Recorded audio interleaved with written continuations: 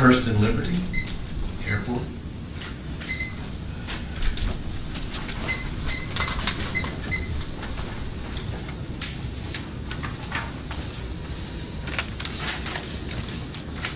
Good morning. Sometime in the early 70s, the city of Atlanta purchased thousands of acres of property around the state of Georgia in anticipation of expanding air service to other locations, in the event there would not be adequate land available at the current location of Hartsfield Airport. In 1972, through an act of the Georgia legislature, the Paulding County Airport Authority was formed. The citizens of Paulding County wanted input, participation, and some control as to what type of air service may or may not be needed in the future for Paulding County, and therefore requested our legislators pass this act. When it was announced the city of Atlanta might consider the Paulding location, the citizens rose up, spoke out, and made it be known they did not want an airport in Paulding County. They even loaded up school buses headed for the Capitol to firmly show the rejection of an airport in Paulding County. Some of the family members of those here today were instrumental in preventing Atlanta from considering Paulding County at that time. In fact, it was put on a referendum for the citizens to vote on sometime around 1975 and was soundly defeated in that election cycle.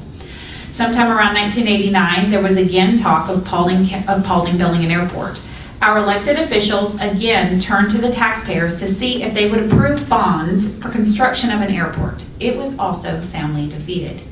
Some claim they voted against the bonds, not the airport. We haven't found one person that admits they only voted against the bonds.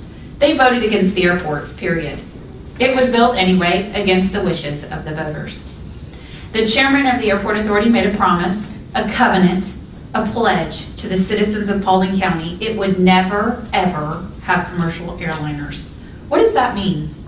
Not right now, not if the economy tanks, not because someone once again has a really stupid idea to turn our airport into a commercial hub. Never, ever can't be misinterpreted. It means what it says.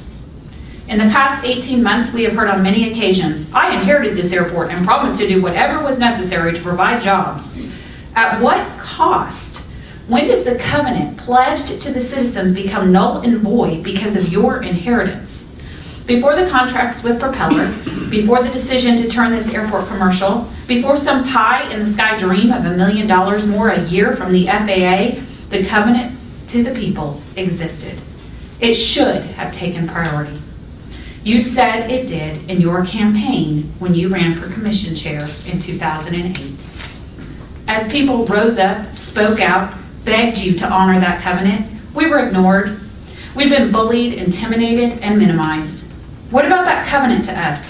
Why did our commissions before you bring the airport issue before the people, and you feel you didn't even have to put it on a referendum? Is your agenda and that of the PCAA more important than the voters? And for your grand finale, with a lame duck commission, you have a bond attorney create an intergovernmental agreement that takes what little input the citizens may have completely off the table and hand over the airport, lock, stock, and barrel to an unelected authority still being run by the same chairman that promised us it would never, ever be commercial. Mr. Chairman, you also inherited the covenant of never, ever will there be airliners.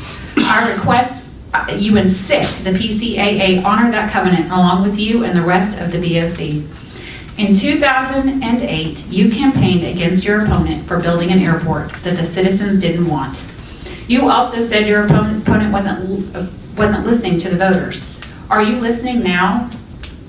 In 2012, you and the PCAA were already in negotiations with Propeller about commercialization of the airport. I do not recall during your campaign your mention of that or any promised jobs at the airport.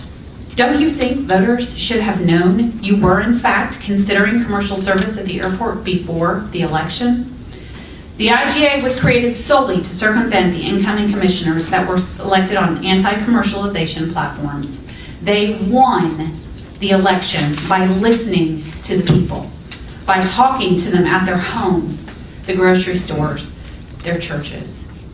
The IGA puts the entire BOC and county at risk with no input from the people.